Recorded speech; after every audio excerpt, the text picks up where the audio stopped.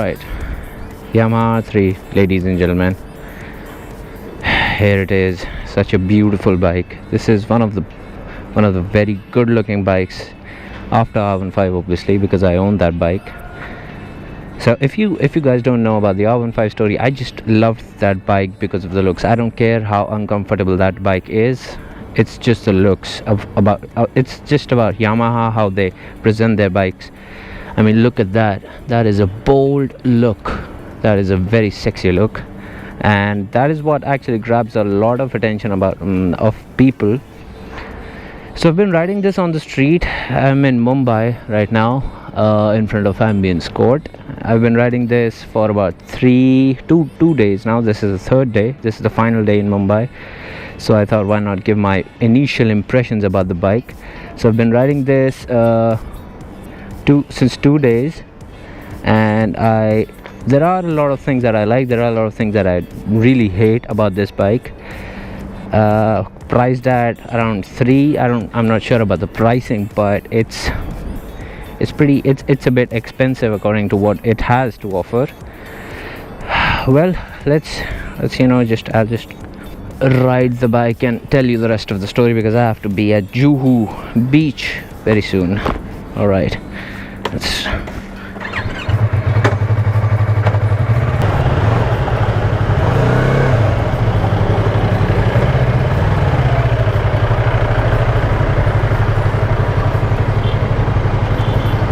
Alright, so I've been riding the R3 for a pretty long time now, 2 days in Mumbai traffic. I've been filtering, I've been riding it fast, slow, all sorts.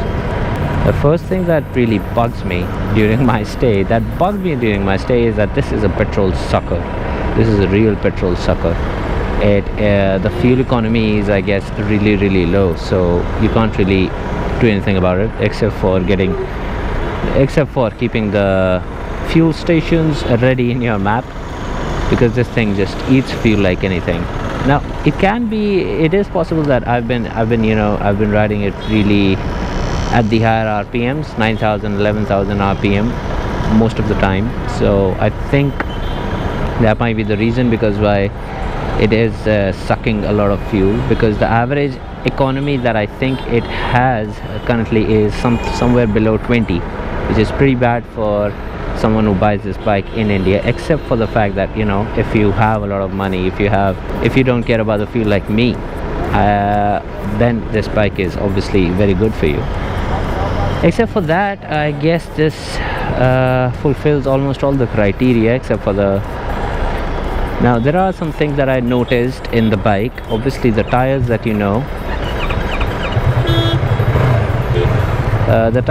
it's got MRF Zapper tires, which are not really good. Not really, actually, it's pretty bad, because at situations like these, when you immediately open throttle, the rear wheel just slips and it kind of drags you from your path, from your line.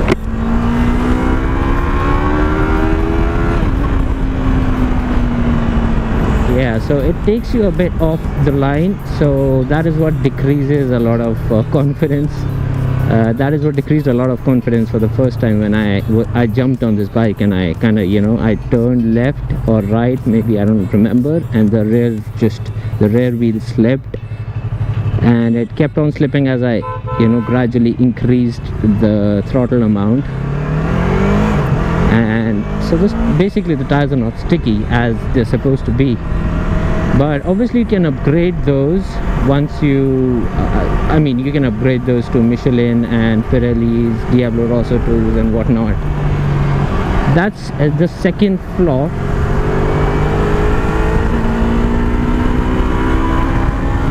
Well, the third flaw.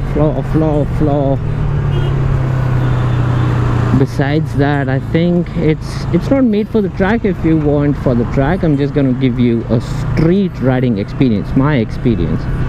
So it is pretty awesome on the streets. It's very light, it's very nimble, easily flickable in the city traffic. Now that is what separates this bike from the RC390. Now RC390 has all the weight to the front. This bike has all the weight, you know, this bike has a 50-50 weight distribution, so you do not feel the weight when you're off the bike, when you're, you know, just pulling it here or there. You don't feel the weight at all, whereas in RC390 you feel a lot of weight on the front, because that's a track focused bike basically, so you feel a lot of weight at the front. So a lot of times I almost dropped it. This actually also helps in filtering in traffic situations. I get a lot of confidence in this bike, and I'm frank about this. I get a lot of confidence on this bike more than the RC in filtering through traffic. I mean, this is a very slim bike. It just feels, from the head, yes, it feels a little bit, you know, broad and pretty wide, but when you get on the bike, it doesn't feel at all. I mean, look at the tank, so slim. It is so slim. This is even slimmer than the RC390, by the way. So for street riding, yes, I would any day prefer this bike, because this is very good. Look at this. Fuck, idiot. So traffic situations, this bike wins any day. So because it's obviously, Yamaha says that it's a super bike that you can ride every day.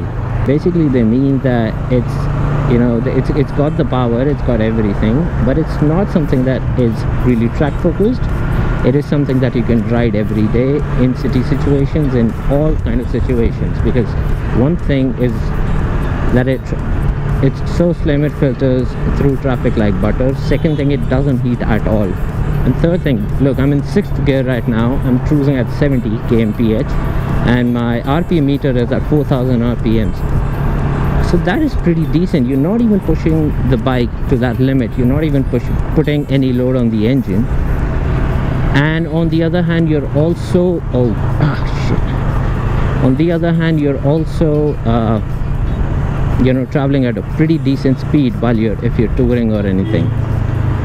The second is the suspension. The suspension is not as stiff as the R15. It is way smooth.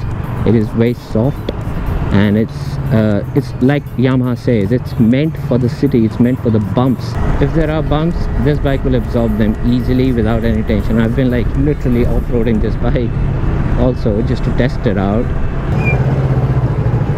Now this is hot. Oh my goodness, who's selling LS2 helmets over here? Dude, everyone has got LS2 helmets. Delhi has got like only studs. Studs Zindabad.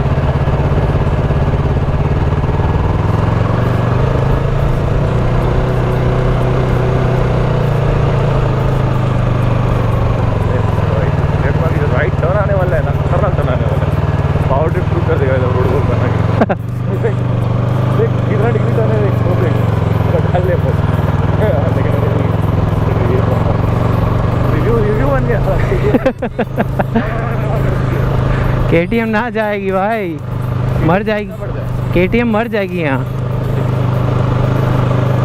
But frankly, this is one of the bikes that I really you know, admire, because I have a lot of connection with the Yamaha. Now I really like Japanese bikes such as Kawasaki's and Yamahas, just because of the, you know, the rev limiter. You can, the sound, the rev limiter, everything. That is why you love Japanese bikes. So Yamaha kind of built this bike for people who really like fared bikes, you know, who don't really like the naked ones, who want the looks, want them girlfriends to grab onto them really tight while they, you know what I mean. So this bike has got a lot of handling capabilities of a naked motorcycle in traffic, plus it's got the looks of a super sport motorcycle. That is what I think is what Yamaha wanted to focus on people who want that kind of stuff.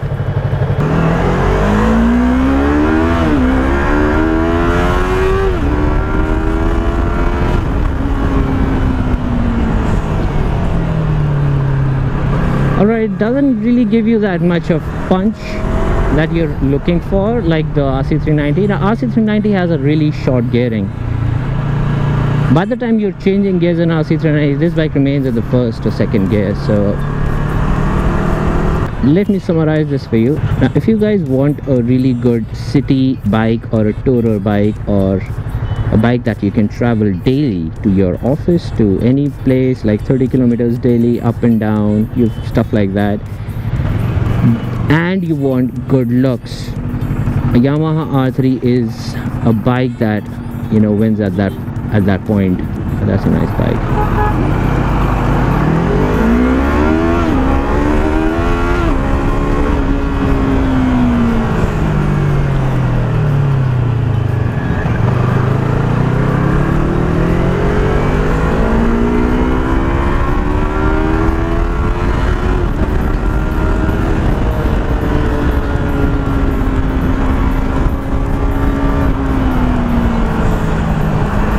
I basically get this particular question a lot. I want a really good street bike. I want to, my daily traveling distance is about 40 kilometers and touring is, you know, sometimes on weekends and stuff. But I also want a really good looking bike. I really want a good fared bike. So can I go for the RC390 just because it's cheap?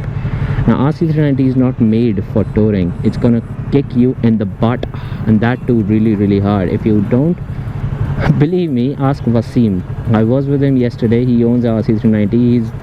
I don't know, he's done a lot of touring on that bike, and now he's fed up of that bike, literally fed up of that bike. He's about to sell it just because he loves touring and he loves you know, good fared bike looks. I really spoke to him yesterday. Oh god. So I spoke to him yesterday and he only told me he's about to sell that bike just because of that reason.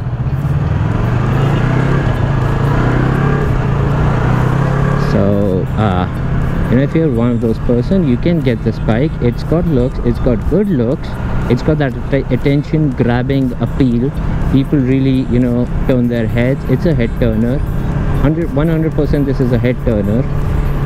It's got the bells, it's got all bells and whistles, and well, like I said, except for the fuel economy, it's got everything. Good quality, good power, everything is good. Now don't compare this with the Ninja 300, because Ninja 300 is like, I know it's also parallel twin and it's got almost everything similar to this bike. Yeah, and one more thing that I really don't like about the bike, it hasn't got any ABS. Oh, that's a big disappointment, by the way, Yamaha, if you're watching this. It's a big disappointment to not have ABS equipped in a motorcycle like this. Like this powerful motorcycle must have ABS. At least on Indian roads we need ABS, and that is coming from a person who crashed like 6 or 7 times on the R15 just because he locked the rear wheel too early, and who got saved about 6 or 7 times on the RC390 just because it had ABS and it saved me. So personally asking me, I really like ABS, and I think it should be equipped in in every bike possible, especially in India. Now I'm a track person, right? I don't really care about gas when it comes to good bikes. I don't really care about anything else. I do care about ABS now though, but the thing about this bike, why I bought the RC390 and not this, is mainly because of well, my brother bought the RC390, well, mainly because of the track purposes. That bike is totally track focused. It doesn't hit the peg when it corners hard. This bike, pegs are really raised. I mean, not raised at all. You hit the pegs at the first or second or any corner. You lean the bike, you hit the pegs any day. First thing. Second thing, it doesn't have any tires. I mean, good tires, obviously, not any tires. How would it run? So it doesn't have any good tires. That is one of the reasons why I didn't buy the bike. So don't judge me by saying that, hey, you bought the RC390, so what about us? Now RC390, I'm telling you, I don't do tours, or I don't travel daily like 40 or 50 kilometers. If I would have been doing that, I have the R15 for that. Any day R15, and even R15, you know, gives me a lot of pain in the hands and the back. eventually. But this bike is even much more comfortable than even the R15. So any day I would prefer the R3 over RC390 if it asks, if I'm asked to travel on if I'm asked to travel in city. I guess that helped you guys out in any way, I'm not sure.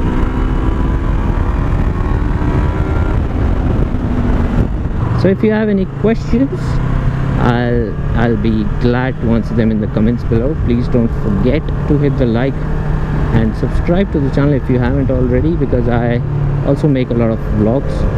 I also make a lot of other videos, so you might like them. Do check out the channel, and alright, see you soon. Bye bye. Hey guys, thanks for watching this video, and do check out the part 1 of the Delhi-Mumbai trip, where the famous Mumbaikar Nikhil actually teaches me how to do potty in a weird forest like this. Well, just kidding. This is the part 1 of the Delhi to Mumbai trip, and well, here is the part 2 which includes the subscribers meetup, the Mumbai subscriber meetup. Make sure to check these videos out if you haven't already. And yes, I am also on Facebook, Instagram and Twitter. Make sure you follow these links in the description or click on the annotation buttons on the icons. Thanks for watching again guys, and stay tuned for the London video very soon. Bye bye.